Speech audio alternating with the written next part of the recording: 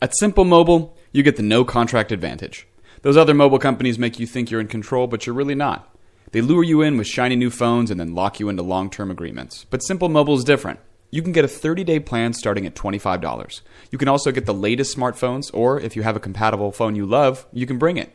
Just text BYOP to 611611 to see if your phone is compatible. It's the reliability you need when you need it. All on a powerful nationwide 5G network. With no mystery fees, no activation fees, and no contract ever. All for less money and no contract ever. 5G capable device and SIM required. Actual availability and coverage and speed may vary. 5G network not available in all areas. 5G upload speed not yet available. Message and data rates may apply. Visit simplemobile.com/privacy policy for privacy policy. Service plan required for activation. Terms at simplemobile.com. The following is a Hoop Bowl presentation.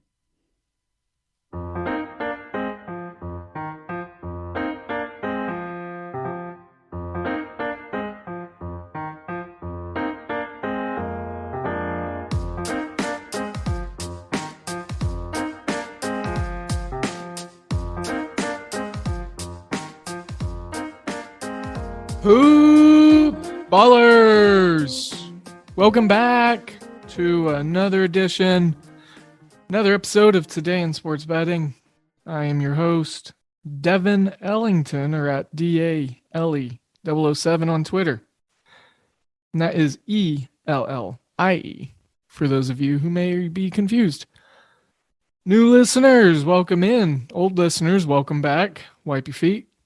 Come on inside. Like I said, this is Today in Sports Betting. It is Friday. Going to be going over the Friday card for some baseball. Going to look at the lone Liga MX matchup, and then we got some preseason games for NFL today. First things first, make sure to go to hoop-ball.com and check out the loyalty membership program if you haven't done so already. There's a few more days left on that little special diddly that we're doing. Make sure to cash in on that because after the 21st, all prices will be higher. Rolling into week 2. We are rolling into week 2 of the preseason, but year 2 of the Hoop Ball premium content. And, we've been able to grow, and it's been because of y'all. So make sure to leave those 5-star reviews on Apple Podcasts if you got it, if you're on an Apple product.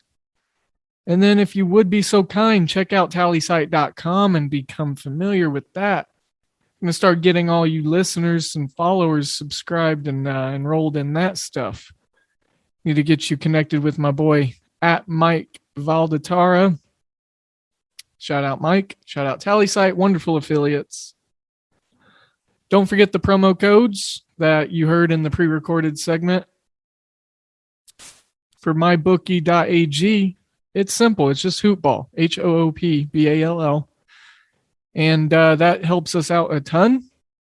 If you want, you need to DM me immediately and directly, and I'll get you a MyBookie account set up for you, your aunt, your grandma, whoever's email and phone number you want to give, and whoever you want to get signed up. We'll drop a few crumbs in there for you, too, to get started. It's just how we go. We're trying to give so we can give more, So the show, like I mentioned, hoop-ball.com is brought to you by them. And look, fantasy basketball, fantasy football, it's all around the corner. Our Discord servers are starting to get hot and heavy with fantasy hoops chatter. Primarily, we got a lot of dynasty stuff going on right now, but the team's dropping articles left and right. Yesterday, I think there's like 6 pieces that came out yesterday. Phenomenal tools. Follow our guys at Mike Passador. We call him Panda. Passador is a great behind the scenes, mostly hoopball contributor, but the fantasy work that he puts in is ridiculous. Our main man, Aaron Brewski himself, the president, founder, the godfather of hoopball. Go check him out. He's got a little blue check mark next to his name. So, without further ado, I present to you the MLB card for August 20th, 2021. And what of it. We got a great start with the Cubs playing some afternoon baseball in Wrigleyville. Yes, I am a Cubs fan. I believe that's number 32 on the season. I've said it less and less as they've gotten progressively worse in post-trade deadline. So if you don't know, now you know. I am a Cubs fan. And they're playing the Royals today, which is kind of like my 1A team. Actually, I say that. So I'm starting to become an Oakland fan, I've come to find. I've always been fascinated with them, even as a young kid. Obviously the colors, but then, Raleigh Fingers, Catfish Hunter, Dennis Eckersley, all the great arms that they've had back in the 70s and the 80s. They just looked like a really fun TV show cast. So the A's, obviously a very historical club. I love kind of supporting the Cubs, Royals, and the Athletics, I've come to find. I just really like small market teams and underdogs. And the Cubs always suck, and that's how it was when I was a kid. And I watched a lot of WGN, so that's how it went. Anyways, today, Brad Keller and Zach Davies are going up against each other, and they each come into the game with a 5. That's 5. Cinco. It's a handful of earned runs. And Brad Keller, more specifically, 5.62. Wins, losses on the year for the pitchers we're talking about here. 7-12 for Brad Keller. Zach Davies, 6-9. If you take the dash out, that's a 69. Hey-o. And today's game starts at 2:20 Eastern on MLB Network. I originally was looking at the total. It came down from 9 to 8.5. And there's a little bit of wind blowing from right to left field at 8 miles per hour. So it's 82 degrees, pretty clear. Not as hot as it's been lately. But the Royals, man, they're playing some ball lately. They've scored at least 5 runs in 3 of their last 5, scoring a little bit, less the last 2 against the Houston Astros. That was a weird series. They almost got the 2-game mini sweep. Last night went to extras. Then the Astros hit for 3 runs in the top of the 10th, and that was it. I think the Royals went 1, 2, 3 in the bottom of the 10th. But look, they put 6 up on Detroit. They put 5 up on Detroit 2 games in a row, at least 5 runs. And against Milwaukee, they won 5-2. So against that Milwaukee pitching staff, they went ahead and dropped a 5-bagger. And I think today what they're going to be able to do is have some success against Zach Davies, specifically on like batting average, BABIP. They don't strike out a ton. And Davies, his off-speed stuff, I don't think is going to very much so affect or be effective against the Royals lineup because they have a lot of veteran savvy hitters. Carlos Santana, Michael A. Taylor is a veteran now. You got guys like Brian Dozier, O'Hearn, who've been in the major leagues for multiple years now. You got Witt, of course, Salvi. You can go on and on and on. Even Maikel Franco, not the best offensive hitter, but he does have veteran qualities. We can sum up McDonald's new crispy chicken sandwich in one word: crispy. But also juicy and tender. Maybe crispy, juicy, tender, all one word? Okay, fine. You'll just have to try our crispy chicken sandwich to understand it. Get a free medium fries and medium soft drink with purchase of any crispy chicken sandwich. Available only on the app. Ba-da-ba-ba-ba. Price and participation may vary. McDonald's app download and registration required. Stolen bases, I think the Royals could get like 3 of them today. And I think the fact that Nicky Lopez is hitting hot right now is good for the Royals. And I think it's going to be a close game. 71% of the money is on the Royals, considering that 56% of the bet percentage, a 15% difference. I would lean Royals here, but I'm not looking to play a side. I originally was looking at the total, but I'm going to draw back a little bit. I'm going to cut it in half. I'm going to switch over and I'm going to do half unit plays on both team totals of 4. It's got nice juice. Usually we see team totals with like minus 120, 30, minus 140 juice. We're getting nice, cool minus 110, even shade on it today. And I'm going to be playing those because I said minus 110. It is minus 120. I did my math wrong. And the Royals and the Cubs, fact of the matter is they're getting some favorable matchups here. the bullpen and the arms in general, the Royals got immensely used last night. And look, these teams have been playing better lately, but that's because they've been getting their top end pitching to go. Now we're starting to get the scraps and the bottom feeders of the pitching rotation and the bullpen arms that they're trying to get some innings on to preserve other guys. So I don't understand kind of why the totals come down. It gives me a little bit of pause. But if the under hits, we could still definitely see a 4-4 game late and then needing that fifth run from one of the other teams. So a push and a win, look, that's a narrative I'll take. I find that if I can see probabilities that are beneficial and those outweigh the losers, I tend to side with those. So long story short, after I just went on a rant, Kansas City, Chicago, the Cubbies, I like both team totals over today. I'm just going to leave it at that. I know there's a lot of different value to take. The money line is way too close. Kansas City came down from even money to minus 108 to almost the favorite. And like I said, the total coming down a hook threw me off a little bit, but I like the team totals.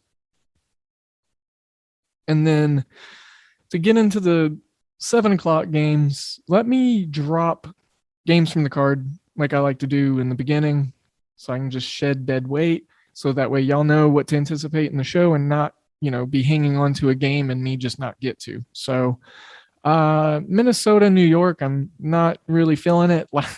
Yesterday was kind of dumb. I mean, it definitely should have been an under, but they hit the over. And if you listen to yesterday's episode, you heard me talk about the weirdness of the market on this one. It jumped that run and a half up, and I tried to swing it the other way and it didn't work. So it was worth a shot. I mean, it was close. It was really, really close. A George Carlos Stanton solo shot eventually was what sealed the deal on the dead ticket.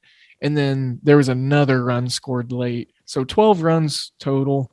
10.5 was the total we grabbed. Anyways, leaving that one off. The Angels, the Indians, Jaime Barrea, I believe, is his first name Jaime or Jose? Sam Hentages, the lefty. I'm just not really looking to play this game. I like to target the Angels with totals and the over because their bullpen is absolutely rank.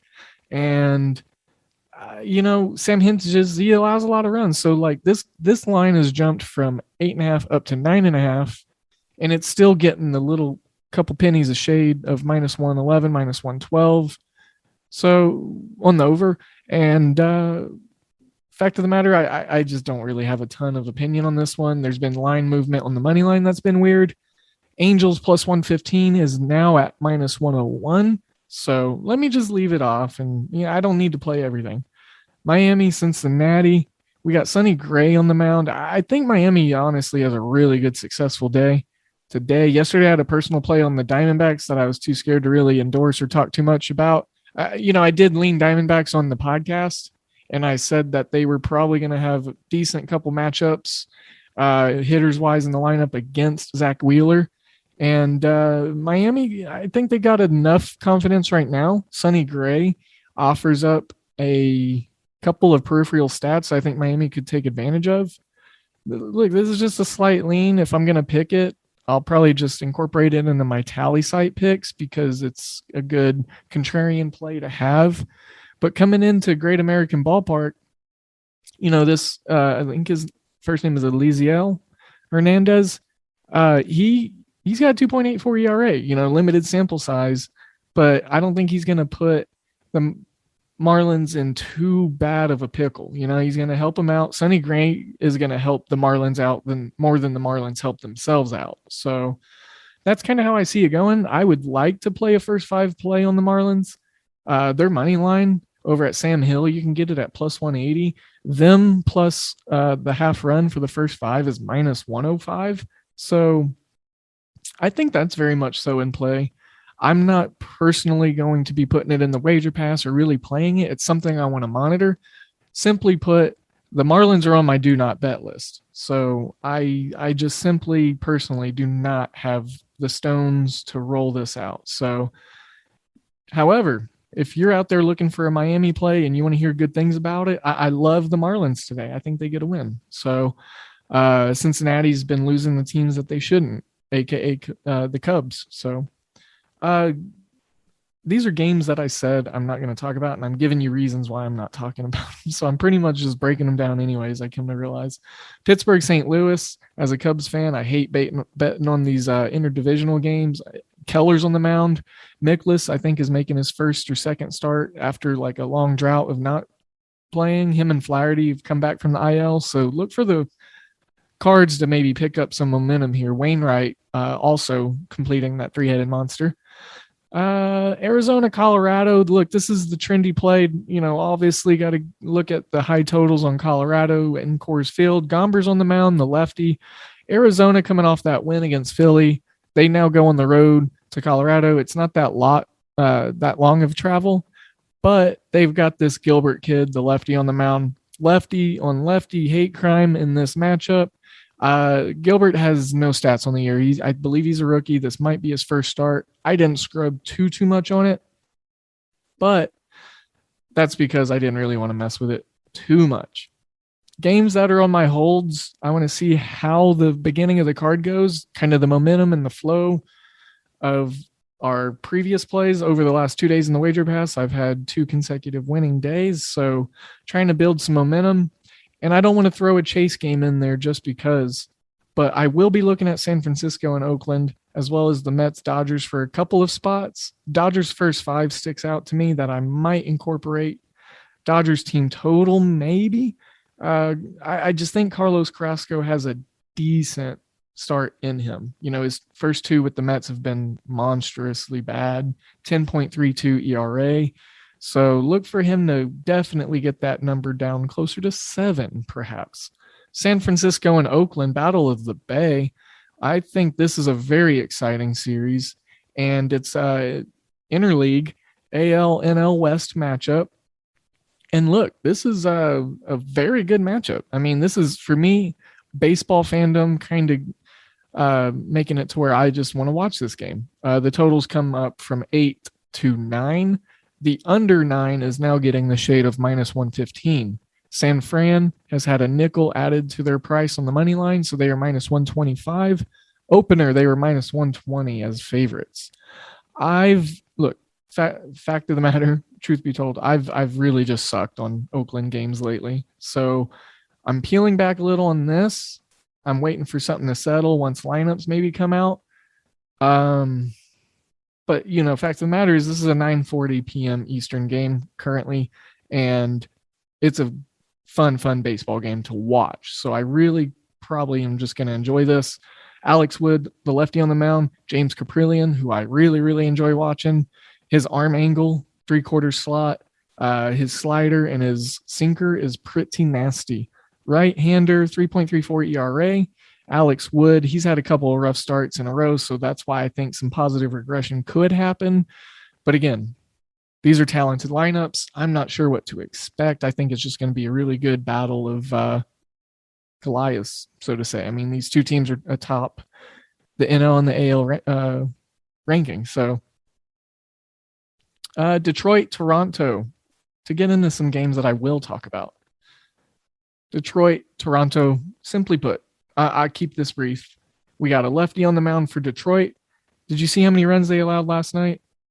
I think it was like 14. I mean, we were on the over in the game, so I ain't complaining. Only reason I'm complaining is the fact that I didn't lightning bet it. That would have been crazy.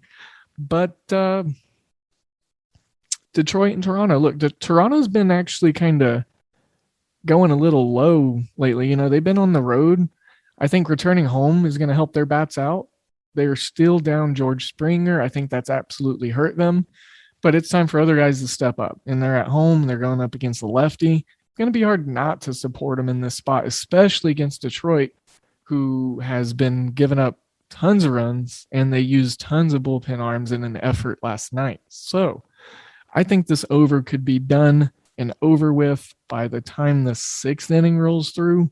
If I think Toronto can do, or if Toronto does what I think they can do, let me figure out how to talk. Then, I don't know how you don't back them at home against the lefty. So Robbie Ray's pitching for the Jays, which kind of gives me a little pause because I think he could probably shut down Detroit. But Detroit also hits really well against lefties. And Robbie Ray, he's had some rough starts over his last handful. So, maybe we see some shaky lefty stuff tonight. Miggy Cabrera is still trying to get 500. We cashed an RBI prop on him yesterday at plus 180, but I was hoping for that plus 450 home run call to happen. Mostly I wanted to see him create history and then have a winning cashing ticket on it selfishly. So Detroit, look for Miggy and Jeimer Candelario to really do some damage. Willie Castro is under the radar, really good at hitting left-handed pitchers. So had him in some DFS looks yesterday. Chicago White Sox, Tampa Bay, the Rays. All right, so we got Lucas Giolito going against Michael Waka Flame, Waka Flocka Flame. All the stupid jokes I always make about his name. 5.91 ERA. That's really bad. It's really bad. I was looking to play the total and the over yesterday, but McClanahan was swapped out against the Orioles for Waka, so they moved Waka against the White Sox, which I would honestly rather have. Well, no, because McClanahan's a lefty and the White Sox against the lefty. Honestly, with that being said, McClanahan as a lefty might have a better shot than Michael Waka today against this lineup. So right now, it's at 8.5, the total, and it's getting the shading of minus 115. But I was looking at 9, and I actually submitted a play in the wager pass on this one. So I don't want to divulge too much. I bet you could probably take a guess of what I'm referencing to, but that's for you to figure it out. I'm not going to come out and just directly tell you. I give a lot of spoilers out on the show. I do. But Lucas Giolito, he's had a couple of more Giolito-like starts lately, but he's still got these underlying issues in these numbers that I just don't trust.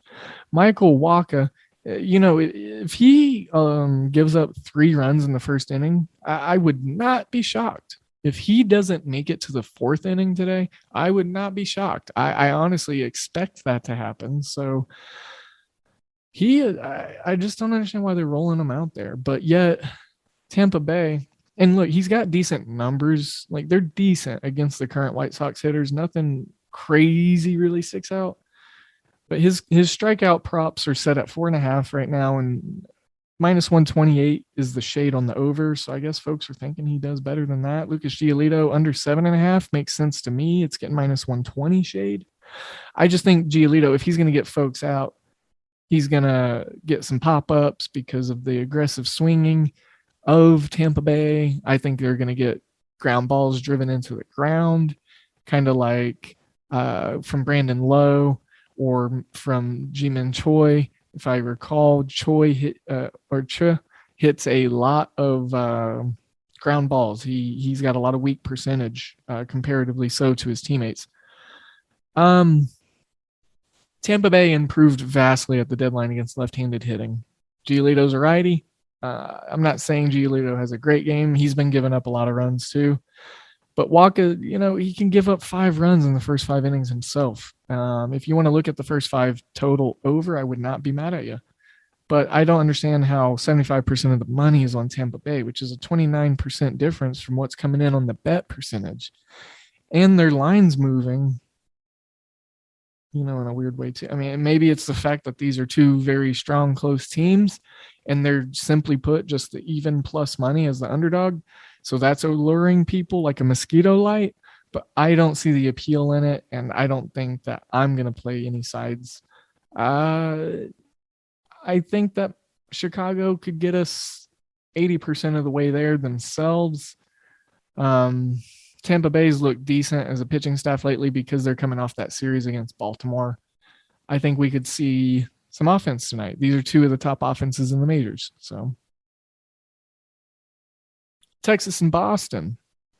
I have yet to write my play up on this, so I'm going to actually leave this one off, but I will have a play on it. And if you are interested, well, it's going to be on the wager pass later on in the day, which is already up and going and steaming and humming. It's on hoop-ball.com. Seattle and Houston. These are the 8 o'clock games. Let me, hold on.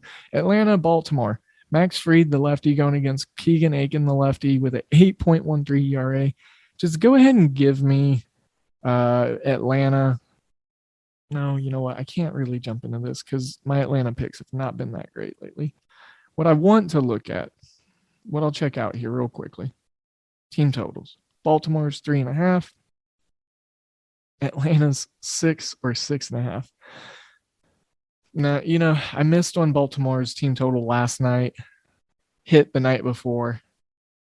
Law of average and probability, we could probably see it cash in tonight because they are good against lefties. Max Fried's not been that great. So I was looking at that. I think I'm just eventually just going to leave this off. I don't think there's really something there for me. First 5 totals set at 5.5. That's way too high. A lot of money, a lot of sharp action coming in on Baltimore's money line. I mean, I think they're the biggest underdog tonight. Last time I checked it, it was plus 250. It's down to plus 200 now. So, I mean, I don't know. But ultimately, let me leave this one off. I wanted to target Keegan Aiken in some way, but, it's going to be too inflated, too juicy. It's already, it's at over 10 right now, which it's up from 9.5, minus 115 shade on the total going over. Obviously, I think 11 or 12 runs could be scored. But, Atlanta's probably going to score 10 runs themselves, to be honest. And, of course, since I'm going to leave it off, I'm not going to play it. That's going to be what happens. So let's just kind of roll with that. Seattle and Houston. You said Kikuchi has been really good in first 5s for Seattle. And Seattle's just right behind Houston, essentially, within the division. Seattle's been winning some games lately. They're coming off a series against Texas, which they should have won. Totals at 8.5. It's up from 7.5. Plus 165 money line for Seattle as the underdog, the road team. Houston's coming home. Look, I'm just going to back Houston in the first 5. I don't want to harp too much on it. I'm going to eventually write this up, and we're putting it somewhere. So I really like what Houston's got to offer against the lefty. They got some guys that are patient against Kikuchi. If they can limit their strikeouts and they just perform a little bit better than what they did against the Royals, I think they'll be all right. Now, I think we saw glimpses of what's going to happen for this Houston offense. They get hot so quick, and in that small little 10th inning, they just put 3 runs up. So take the first run of the guy on second automatically out, and they still put 2 runs up, a crooked number up in the extra innings that they got. So I think that this offense is about to uncork a little bit. So point the cork away from your face and watch out. So Lance McCullers is going for the Astros also. He's got pretty decent numbers against Mariners. So I'm not looking to back Seattle in any way, is what I'm saying. And I've been missing on a lot of Houston totals lately. So I'm going to just kind of support the team that I picked to win the World Series and try to get them in a good spot here. So Washington and Milwaukee. This game, I've noticed a lot of totals have been jumping in the MLB lately. Like every game that I'm looking at for tonight specifically, but even over the last couple days and what I've noticed, the Cubs and the Royals are the only game I've looked at and talked about, I think, where the total jumped down. Colorado and Arizona stayed put. Everything's moved by at least New York and Minnesota's come down to 10 now. It was at 10.5 at the start of the show. All right, real briefly, got 2 more baseball games to talk about. I want to talk about this Liga MX matchup, and then I need to sprinkle some of the NFL preseason. So let's get breezy. Let's get brisk. Washington, they're terrible. Patrick Corbin, a lefty. He's terrible. Brett Anderson, he's a lefty. He's terrible. Juan Soto's probably going to have a home run. Over 8 is what I locked in last night. Right now it's over 9, and the over is still getting the shade of minus 115. Milwaukee minus 205 on the money line. Obviously not looking to play anything in that regard. I'm just simply looking at a total here. I feel as though the market on the team total is going to be absolutely saturated and not worth a squeeze. Let's look. Yeah, okay. Well, BetMGM's got 4.5 at minus 140. Minus 140 is like my cutoff. Points bets got over 5 at minus 124, minus 125. Okay, so not too terrible. I think that's some really good value. Like I mentioned, I've switched my team totals to half unit plays, and man, I'm so glad I did. It's just come out really well. Not that I miss them a lot, but it's like when I do miss them, it's close and it sucks and it stings to lose that full unit, sometimes the unit and the juice. So when I cut it down to a half unit, it allows me to balance out some of the other vig and the juice that I may lose in my card. I've referenced this belief and thought process on the new change in the past episodes, so sorry if I'm being redundant. And then look, Washington, they still got decent bat. They got one big bat enough, in my opinion, in Juan Soto that, going against who they are, and Anderson, who's been giving up a crap ton of contact and walks. The thing is, like, the Nationals are going to get guys on base because of walks or sloppy situations by the starter.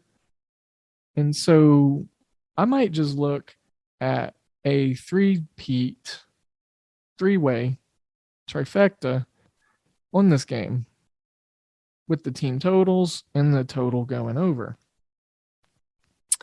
Yeah. So half units on the team total overs. Was able to get Milwaukee over 5, minus 125. And yeah, I got the good number of over 8 last night before it shot up. And look, over 8 was still at minus 120 juice last night. So anyways, last game, Philly, San Diego.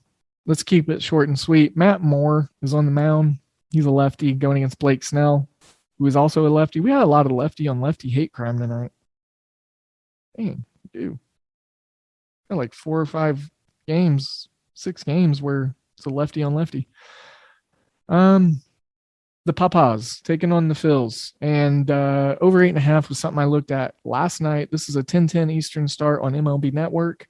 6.07 ERA for Matt Moore, 4.80 for Blake Snell. He's actually got it, under 5 here recently, and he's one bad start away.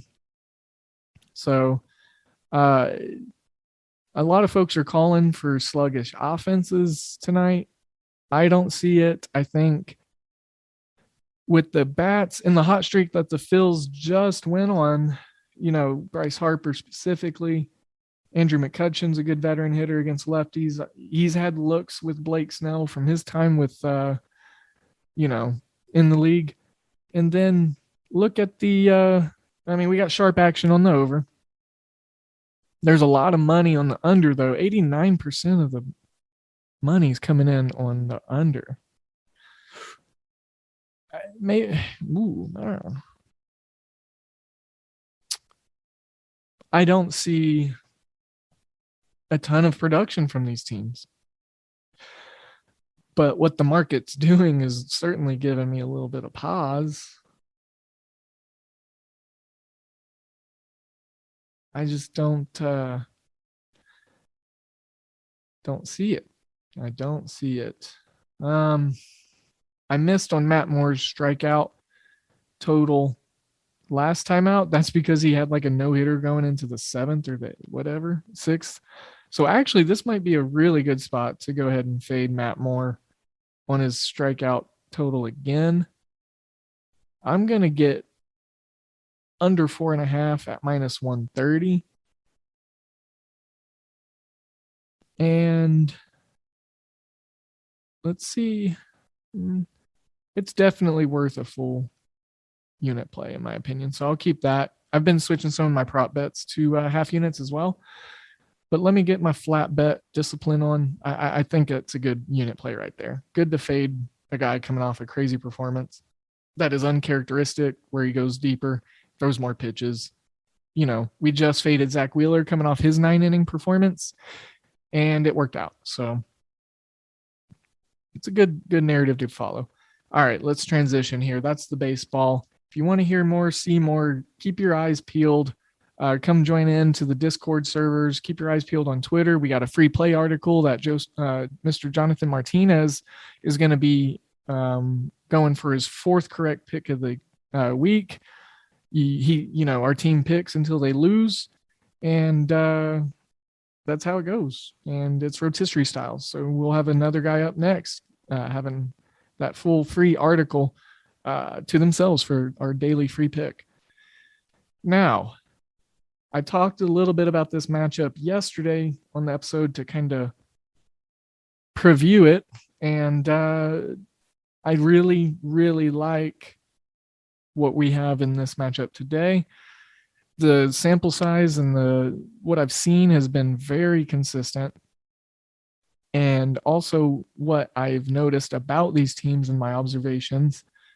And I'm going to be looking at lots of goals to be scored between Mazatlan and Tigres, UANL. And so Tigres, coming off a decent performance, they also are going to be on the road tonight, though. And I noticed that home teams in Liga have done a little bit better. But I talked about how many goals this Mazatlan defense has given up. They just had a 2-2 draw against Toluca. I like that.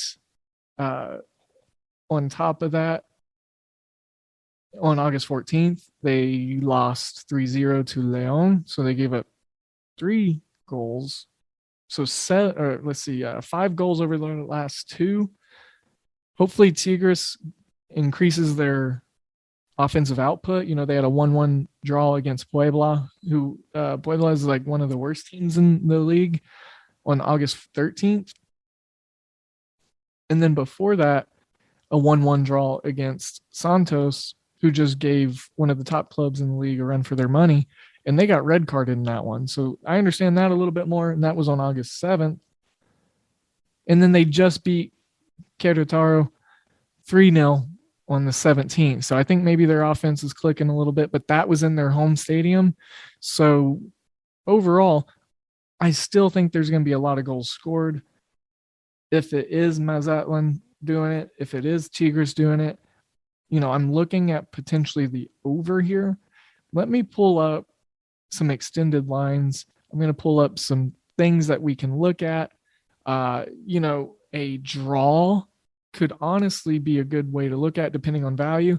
What I've been doing and what I like doing is sprinkling that little half unit onto the draw, like with whatever play you make, So let me look up some more lines for you guys. And sorry, this is what happens when we transition and segue during the show. I need to be a little more prepared. I should have had it up on my computer, but it is what it is. So I just think that the home team is going to have a lot of success. So if I get a good line, maybe on their spread, let's see. Okay. Yeah. So and I'm just going to narrate the numbers here, right? So minus 163, that's pretty heavy juice on plus half a goal for Mazatlan. Now they're plus 230 to win at home outright. The draw is plus 205. Tigres plus 132 on the money line. Over 2.5 is plus 131. They're calling for under 2.5 at minus 169 shading. Now that's pretty big shading. So my original notion of the overs kind of taking a back seat, and I kind of want to support Mazatlan here at home. So I think what I'm gonna do, probably something dumb here, but let's put a couple of half units down, right? So we'll do half units on this money line from Mazatlan. And just because they're the home team, I thought going into this that I would be supporting Tigres, but Tigres' inability to score road goals, from what I noticed, is a little too big for me. So half units, we're going to support the underdog at home tonight. I've said it differently every time. Mazatlan FC, Tigres, and Absolutely. Yep. I want to just highlight that I am excited about this league. So, League MX it is. Now let's get into the NFL and we'll wrap it on out. We'll send it out and pack it out. Look, simply put, you heard me talk about it yesterday. I went on a rant about the totals and how shooting on the over, going over, is probably what everyone should be doing. The market's being bet so down on these numbers already. There's games that have dropped like 6 points, 5 points, 4 points. Most of them have dropped by like at least 1.5 from what I've come to see. I probably won't be playing too many sides. I'm going to trust my team, my hoopball team. You know, we got lots of sharp guys out there. And I'm looking, and both these games start at 8. You know, the Chiefs and the Cardinals over on ESPN. The Bengals and the football team play on NFL Network. And simply put, give me the over on both. Look, Chiefs -3 has gone up from -1.5. Cincinnati +3 has risen up to +5.5. I was thinking about looking at the favorites a lot more in week 2. But simply put, we're just going to see more offense. More offense is going to be shown, and that's going to equate to, well, more offense. So let's do what the opposite of what we did last week and take all the overs this week, and let's see how it goes. Last week, the unders, we went 13-3 for +10 units just to play all the same bet because it was the smart thing to do. Some people thought I was dumb when I was talking about it, but it worked out. So we'll see how this one goes. That's where I'll be doing tonight. So with that being said, I talked about a lot of different sports, a lot of different games, and I feel as though that's a good amount of content. I'm a little winded, to be honest. So I am going to send you all my good vibes and all my good energies as always. Make sure to have a safe, kind day. Be positive. Do something nice for someone out there if you can. And if you need something positive to happen to you, I hope it happens. We'll make it happen. So, that being said, today in sports betting is out.